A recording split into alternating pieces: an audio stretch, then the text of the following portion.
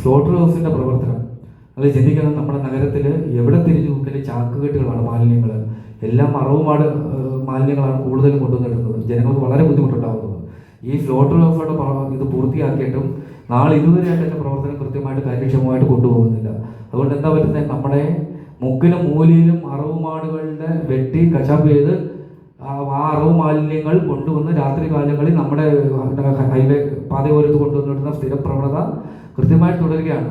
അക്കാര്യത്തിൽ പോലും ആ ഒരു രീതിയിൽ കാര്യങ്ങൾ കൈകാര്യം ചെയ്തുകൊണ്ട് പോകാൻ ഈ ഭരണസമിതിക്ക് ആയിട്ടില്ല. പിന്നെ വാഹനങ്ങളുടെ കാര്യം ഇപ്പം പറഞ്ഞു. കഴിഞ്ഞ ഏതാണ്ട് ഒരു മാസം മുമ്പ് നമ്മുടെ ഹെൽത്തിൻ്റെ ഒരു വണ്ടി റെയിൽവേ ക്രോസിൽ കുടുങ്ങിയത്. ആ ഒരു സമയത്താണ് കോർപ്പറേഷൻ ഏതാണ്ട് 7ഓളം വാഹനങ്ങൾ പുതിയത് വാങ്ങിയത്. സോണൽ ഓഫീസുകളിലൊന്നും കൃത്യമായിട്ട് ഈ ഉദ്യോഗസ്ഥന്മാർക്ക് സൈറ്റ് പോയി പരിശോധിക്കുന്നതിനും അതോടൊപ്പം തന്നെ മറ്റു കാര്യങ്ങളിൽ യാത്ര ചെയ്യുന്ന അവർക്കൊന്നും വാഹനങ്ങളില്ല. കാരണം ഈ വാഹനങ്ങൾ മുഴുവൻ എടുത്തു വെച്ചിരിക്കുന്നത് അവിടുത്തെ ചെയർമാന്മാരും മേയറും ഉൾപ്പെടെയുള്ള ആ ഒരു ഭരണ സംവിധാനമാണ് ഈ വാഹനങ്ങളെല്ലാം കൊണ്ടുപോകുന്നത്. ഇപ്പോഴും ഒരു 7 എണ്ണം പുതിയത് വന്നപ്പോഴും എന്താണ് ചെയ്തത്, അവിടെ അടിയായിരുന്നു ചെയർമാൻ, എനിക്ക് പുതിയ വണ്ടി വേണമെന്ന്. ആ സമയത്ത് രാത്രി കാലങ്ങളിൽ ഉൾപ്പെടെ നമ്മുടെ ഹെൽത്തിൻ്റെ പരിശോധനയ്ക്ക് വയ്ക്കുന്ന സ്ക്വാഡിൻ്റെ വാഹനമാണ് റെയിൽവേ ക്രോസിൽ കുടുങ്ങിയത്.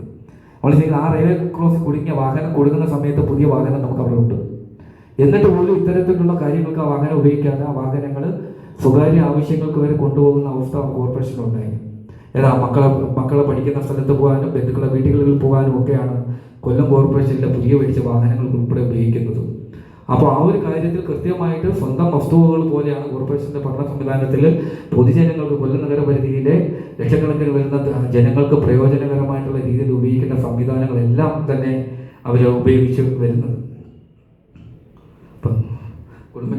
കുടുംബശ്രീയുടെ തട്ടിപ്പ് ഞാൻ സൂചിപ്പിച്ചാണ്.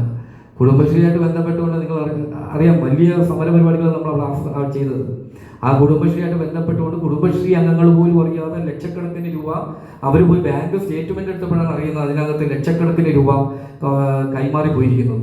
അപ്പം അവരടുത്ത് ചോദിച്ചപ്പോൾ അവർക്കറിയാം, ബാങ്കുകാർക്ക് അറിയില്ല. അവസാനം അവർക്ക് തന്നെ പേടിച്ചു. കാരണം അവർക്ക് മറ്റു ഭാഗത്തുനിന്നും ഇൻകം ടാക്സും മറ്റു കാര്യങ്ങളൊക്കെ വരുമ്പം ചോദ്യങ്ങൾ ഉണ്ടാവുമെന്ന് കരുതി അവർ പിന്നെ വലിയ പ്രശ്നമായി പൊതുസമൂഹത്തിന് മുമ്പിൽ കൊണ്ടുവന്ന് പെട്രോൾ ഒഴിച്ച് തീ കൊളുത്തുന്ന രീതി കുടുംബശ്രീയിലെ ആ സ്ത്രീകൾ ഉൾപ്പെടെയുള്ളവർ രാപ്പകൽ സമരം ചെയ്തതാണ് നമ്മുടെ കൊല്ലം കോർപ്പറേഷന് മുമ്പിൽ.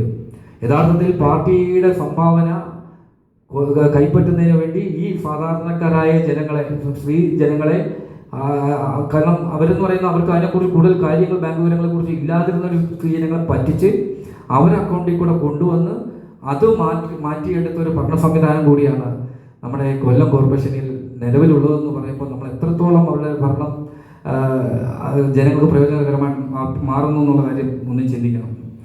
അപ്പോൾ ഇത്രയും കാര്യങ്ങളാണ് ഇതിൽ